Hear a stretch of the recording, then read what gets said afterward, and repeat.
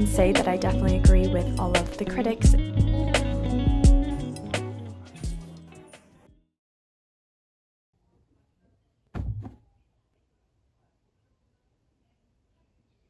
Welcome back everyone to a very chilly Monday in October. This week we are reading Intermezzo by Sally Rooney, sitting in some cafes, cozying up at home, and generally enjoying the season with hopefully a good book in our hands. While I obviously share my thoughts about the book along the way, a little reading vlog, one might say. For now, even though there's been so much press, I don't actually know that much about this book other than that there's two brothers. They're different ages and different vibes, and I'm sure there'll be lots of understated, slightly emotionally constipated conversations throughout this book, as there are always in Sally Rooney between the brothers, and I think there are also their lovers and other people in their lives. Everyone's saying it's the best Rooney yet, and I am so excited. I mean, this is the author that at my college, they already had a course about her by my senior year when she only had 3 books and was like, you know, obviously like 31 or something. So even though I am not necessarily a diehard Sally Rooney fan, I know she's a powerhouse. I respect her for it. I'm so glad that she exists, and I've been looking forward to reading this one for a while. I mean, look at this cover. I think the best thing about Living in Seoul is that you get to choose between UK and US covers sometimes for these books, and I'm so happy with this blue one. So yeah, I think we're gonna start the book today in a cafe and then hopefully finish it in the next couple of days. I'm excited to show you my favorite passages, my favorite parts, my thoughts as we go along. Hopefully you can share your thoughts too, or this inspires you to read it as well, and we can have a little book club experience on here together. So yeah, let's find a cafe.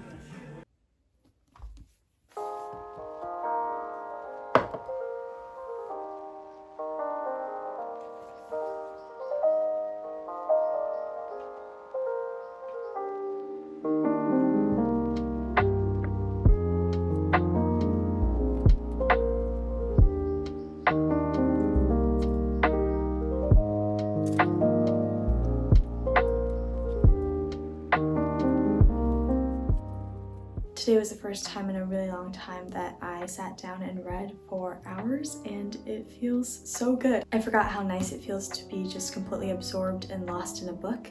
And I will say Intermezzo is pretty easy to get lost in it. I read 4 chapters today, around 120 pages, and I just wanted to tell you guys some of my first thoughts from reading it. Basically just to give you a better overview of what the book is about now, without any spoilers. It's essentially about 2 brothers with a big age gap between them, like almost 10 years, and they're also very, very different. One is sort of like a lawyer, very corporate. The other has just graduated college. He plays chess in his free time. Basically, the book starts with their dad just having passed away, and also sort of goes into their inner worlds, obviously, as Rooney does, and then also their relationships with various women. Sort of like a new love affair. There's also very like contemporary like hookup culture, and also like first loves, like truly all kinds of love. Yeah, I just love this feeling of like the relationships sort of like entangling with each other and people entangling with each other that I think Rooney does really well.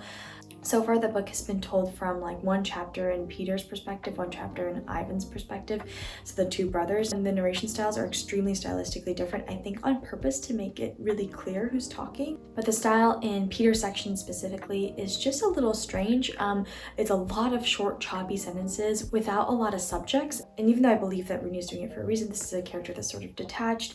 He has a lot of like substance use, interesting things. I do think it's making it a little bit more difficult to read his sections and just kind of get through them. Whereas Ivan's sections, I think, read a lot more smoothly, and I find myself getting to the rhythm of them a lot more. And I will say so many of the characters feel very fully fleshed already. She's really, really good at just establishing very real people with just dialogue, honestly. I do think very few people do dialogue like Rooney. The sheer honesty with which her characters talk is really refreshing and also like so immersive as a reader. Like we really feel like we're getting into these characters' heads. Yeah, those are sort of my initial thoughts. I'm really excited to see how it develops. I will say, like I mentioned at the beginning of this video, Sally Rooney is not necessarily like one of my most, loved authors or anything. I do generally enjoy her work. I think it's pretty readable and fun while you're reading it. But as someone who really loves like sort of very energetic, electrifying prose, I have found that Rooney in the past has bored me, particularly Beautiful World, Where Are You? But I have to say so far I don't feel that way. Like I mentioned, Peter's sections are a little bit like just difficult to get through because of the style, but I do think that everything she's saying and all the parts that she's included feel relevant and interesting, which I don't necessarily think was the case for some of her other works. I think there's more prose in this one that I feel very drawn to, just like really amazed by the way she writes and like it describes things. Yeah, I think I'm enjoying it so far. Hopefully the stylistic stuff gets easier to read as time goes on and I get more used to it. I think for now it just feels really good to be so immersed in a book after a long while.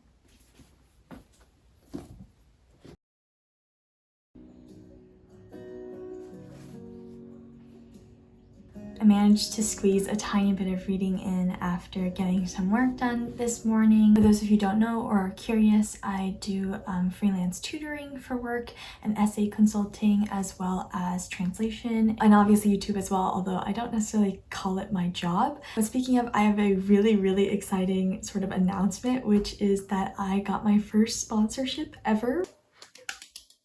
And I feel so lucky because it's from a brand I actually genuinely really love, Ana Luisa. They're an everyday jewelry brand that makes like really great, beautiful pieces, but that you can still afford under a budget, which is why they've genuinely been sort of like my favorite jewelry brand for the past couple of years. I don't know if you can tell by watching this channel, but my style is extremely, extremely practical, especially when it comes to jewelry. I basically rotate between like 4 pairs of earrings, 4 sets of necklaces, and then just my everyday rings. And that's honestly it. I kind of believe in accessorizing as like an extra touch to an outfit, but also pieces that sort of you wear enough that they become like your signature, which is why I actually want to introduce Ana Luisa pieces to you guys because I've been wearing these for years, some of them almost daily, and they've lasted me for so long. Not only that, but I really love their selection, so I've actually bought my friends grad gifts from there, my mom like a birthday gift on there. Yeah, all of their jewelry is just really, really stunning. It's hypoallergenic, water resistant, and most importantly for me anyway, pretty affordable. They sent me 2 pieces this time that I've already been wearing and I'm really excited to share with you guys. A pair of earrings and a really beautiful gold heart necklace. What I love about the earrings in particular is that you can take off the pearl and they just become a very simple silver hoop. And it's details like this that I feel like make things just so much more wearable. You can truly pair their pieces with basically everything. And here are some other pieces that I bought myself and have been wearing for such a long time. I just think the pieces are so classy and yet a little interesting, a little edgy. Really my style sort of encapsulated in a jewelry brand. And so I was so excited that they reached out. This feels like a really big milestone. And I hope you guys can get your hands on some of these pieces too. Use my link in the description box for up to 25% off and let me know if there's any pieces that you really enjoyed. Otherwise, I'm about to go meet my friend for coffee in Mangwon and I think I might get some reading done there or come back and just do some more reading in this room. I'm hoping to make a good dent and maybe get around halfway by today. Yeah, I'm just gonna put on some of these pieces and then a thick jacket because I think it's freezing outside, unfortunately, and get out to the cafe.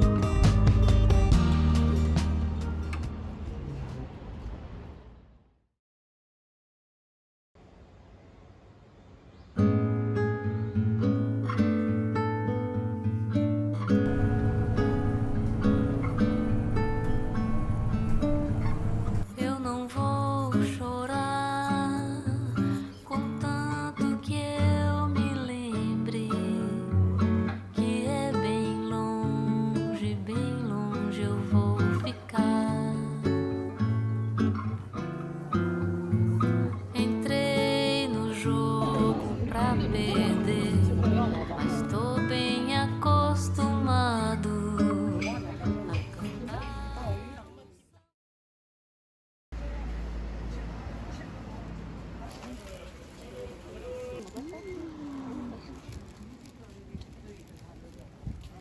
간판도 있고 너무 옛날에 좋네요. 이거 없잖아.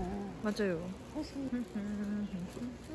Unfortunately, this video has been a week in my life reading intermezzo, but also a week in my life getting progressively sicker. So I apologize if my voice sounds a little weird, but as you can see, I'm officially on the last chapter. I do this a lot where I leave like one last chapter that I can read with like complete focus the next day, and also just so I have some time to like process the end a bit. But just before I finish the book and give you guys my thoughts, I wanted to share 4 really beautiful quotes from the book so far. I just wanted to leave these quotes here for anyone who is maybe thinking of picking up the book or unsure if they should. Hopefully you can sit with sort of these beautiful words and they inspire you in some way. Yeah, I'm just gonna start reading them one after the other, and then I'll get to finishing the book. Nonetheless, it is better to feel hopeful and optimistic about one's life on Earth while engaged in the never-ending struggle to pay rent than to feel despondent and depressed while engaged in the same non-optional struggle anyway. I thought that was very beautifully put, but very funny as well.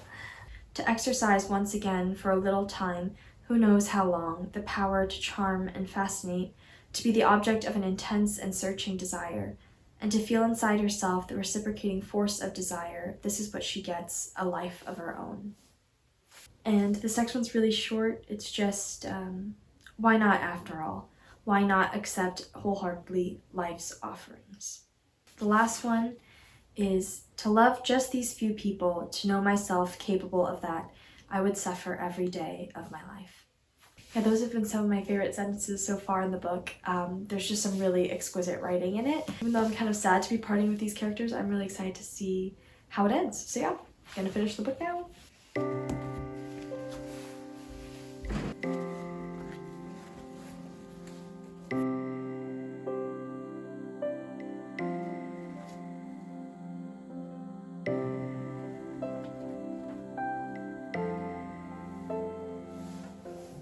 Well, I just finished the book, and yeah, wow. I have to say it was one of those where the ending just makes up for so much of it. I think it was absolutely beautiful, and I'm still kind of sitting with it a little bit. I mean, the writing at the end, the sort of reunion of the brothers and their reconciliation, the meeting of Margaret and Peter, and just all of these figures that you've gotten to know so well throughout the book all coming back. And sort of the concluding meaning of it all is that this is life, like to be entangled with each other, to be suffering because of one another, but also to love one another and to feel joy because of one another. I feel like that ending was one of the best I've read in a while. Yeah, just to touch on a couple of things, I think writing-wise, the prose got a lot easier to read as the book went on. I will say there were parts at the beginning and the middle where I was kind of trudging through that felt a little bit more boring, and also the sort of choppy style was getting to me more, but by the end I think it just became a little bit more emotional and every character opened up a bit, and so it was a lot easier to read. This is truly just a personal take and I'm interested to see what you guys think, but I personally feel like Ivan and Peter, even though they were obviously very well developed full characters, I actually think the women in the book were much more real to me, like probably the most developed characters. You know, Margaret, Naomi, Sylvia, I feel like these people felt so incredibly real. Their motivations, their struggles, sort of like the way that they presented themselves and interacted with the men. I don't feel like I experienced a level of connection with them that I did with the female characters, even though they have less space in the book, which is kind of interesting. And especially their dad, who is sort of the center of the book in a way, like the grief they feel over their dad. I do think his character was not very complex throughout the book, and so I don't think he felt like that much of a real person to me. Maybe that's intentional because it's about grief, it's about loss, it's about sort of losing sense of that person, but I just thought that was interesting, like the different levels of connection I felt as a reader to each character. Overall, though, I felt obviously very immersed and interested in all of the characters.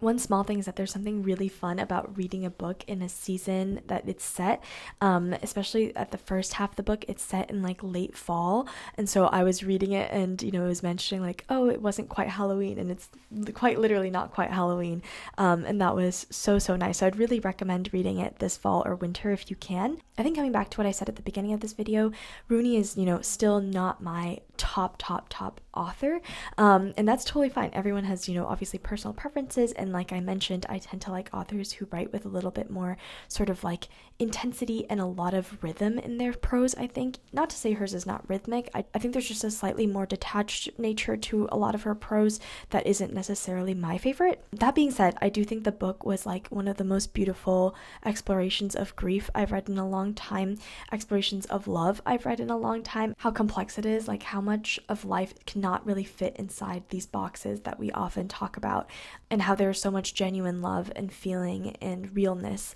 that happens outside of sort of the confinements of what we think is quote unquote normal and what we see as real. And I think that distinction between reality, like materiality, and then emotion and reality in a very different way of like feeling and trying not to suppress that reality is a really big theme of the book. I really enjoyed reading how these characters sort of come to terms with their emotions and how they're doing. I think I can say that I definitely agree with all of the critics and sort of, readers. I do think this is the best Rooney yet. I really enjoyed it, and I think it'll stay with me a lot more than her other works.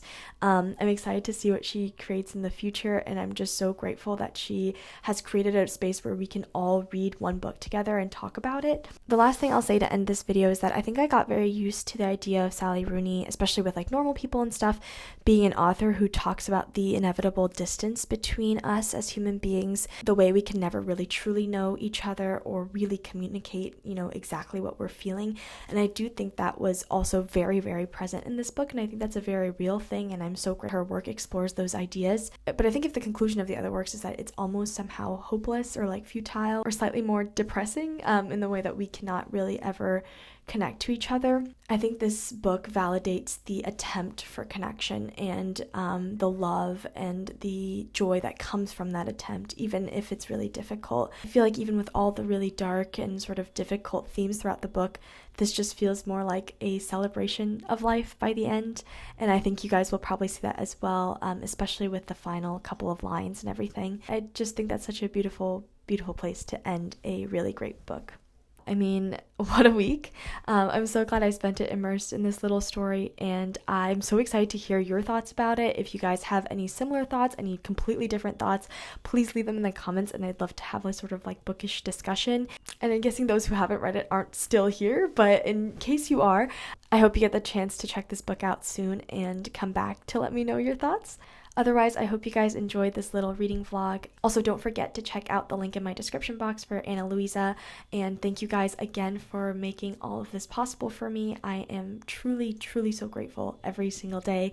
I think the leaves are finally turning here, so I'm really excited to come back with a fall vlog soon. And until then, I hope you guys are having a great time wherever you are. Thanks for watching as always, and I will see you soon. Bye!